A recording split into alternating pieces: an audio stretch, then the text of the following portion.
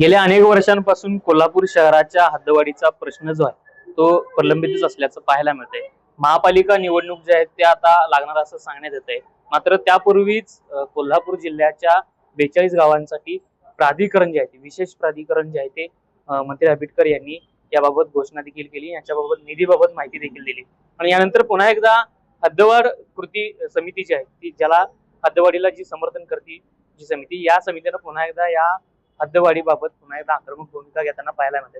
हे सगळे तेच हद्दवाढ कृती समितीचे सदस्य आहेत जे गेली अनेक वर्ष या कोल्हापूर शहराची हद्दवाढ व्हावी यासाठी ही जी संपूर्ण या सगळ्या कोल्हापूर शहराच्या हद्दवाढीच्या लढाईमध्ये हे सगळे नेते जे आहेत ते सक्रियपणे सहभाग नोंदवतात आणि कोल्हापूरची हद्दवाढ व्हावी याविषयी आपली वेळोवेळी भूमिका जी आहे ती ठेवताना पाहायला मिळालेली आहे.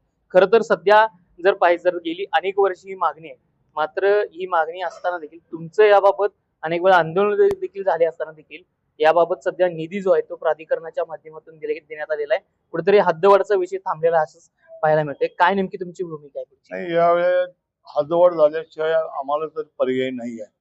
आणि हद्दवाढ जर झालं नसतं तर उद्या होऊ गाठलेली महानगरपालिकेच्या निवडणूकमध्ये आम्ही कृती समिती म्हणून शहराला आवाहन करणार आहे की आपण निवडणूकमध्ये मतदान न करावं असं कृती समितीच्या वतीनं मी या ठिकाणी आवाहन करणार आहे आणि केलेलं आहे.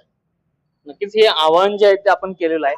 खरं तर कशा पद्धतीने इथून पुढची जी आहे ती आपण हा संघर्ष जो आहे तो लढा आहे तो कशा पद्धतीने चालू राहणार आहे? आता हा लढा तीव्र होणार.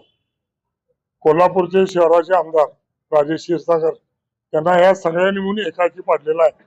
पालकमंत्री त्यांना साथ देतील असं वाटलं होतं, पण पालकमंत्र्यांनी 42 गावाचं प्राधिकरण जाहीर केलं. म्हणजे आज आम्हाला अशी शंका यायला लागली की पालकमंत्री फक्त ग्रामीण भागाचे आहेत, त्यांना शहराचा काही त्यांना शहरावर प्रेम नाही किंवा ते शहराला मानत नाहीत असं आमचं आता मत झालंय. आता ते आल्यावर त्यांना आम्ही समक्ष भेटून त्यांना याचा आम्ही जाब विचारणार आहोत. पालकमंत्र्यांना याचा जाब जो आहे तो विचारणार आहे. मात्र कोल्हापूरची जनता सुद्धा जी आहे पाहिजे तरी हद्दवाढीबाबत सुद्धा सकारात्मक पाहायला मिळते. मात्र लोकप्रतिनिधी याला कुठेतरी समर्थन देताना दिसत नाहीत असंच कुठेतरी पाहायला मिळते.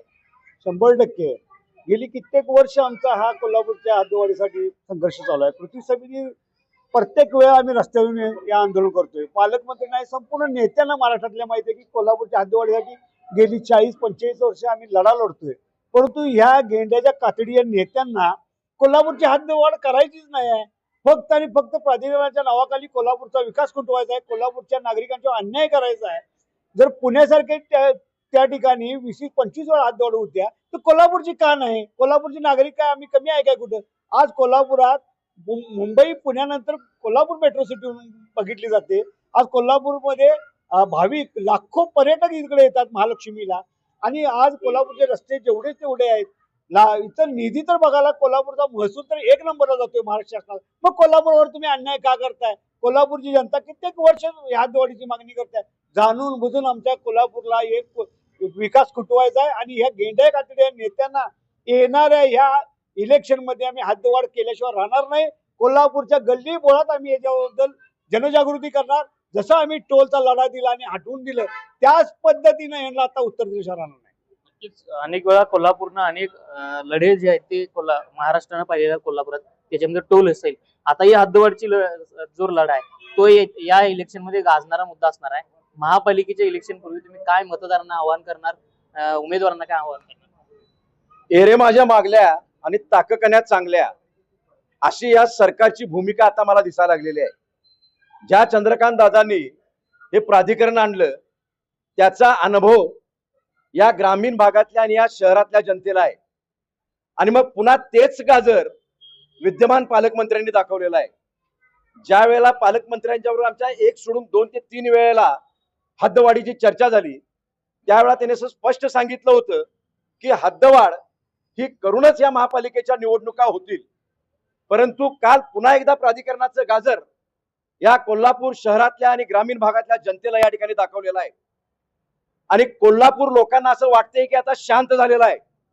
कोल्हापूरचा घुटनाडा वाजून यांना माहित नाही आणि माझं असं म्हणणं आहे की कुठल्याही परिस्थितीमध्ये या निवडणुकीवर कोल्हापूर शहरातल्या जनतेनं बहिष्कार टाकावा.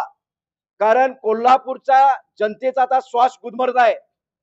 धुळ्यामध्ये शहर आता या देशामध्ये 13व्या नंबरला आहे. आणि असं असताना जर यांना कुठल्याही प्रकारे हद्दवाढ न करता इलेक्शन घ्यायचे असतील तर जनता बहिष्कार टाकेल. त्यासाठी आम्ही जनतेला आव्हान करणार आहे. आणि कुठल्याही उमेदवारानं या ठिकाणी निवडणुकीचा फॉर्म जर निवडणूक लागली तरी भरू नये, म्हणजे अनायसे इलेक्शन पुढे जातील आणि हद्दवाढ होईल, अशी माझी ठाम भूमिका आहे.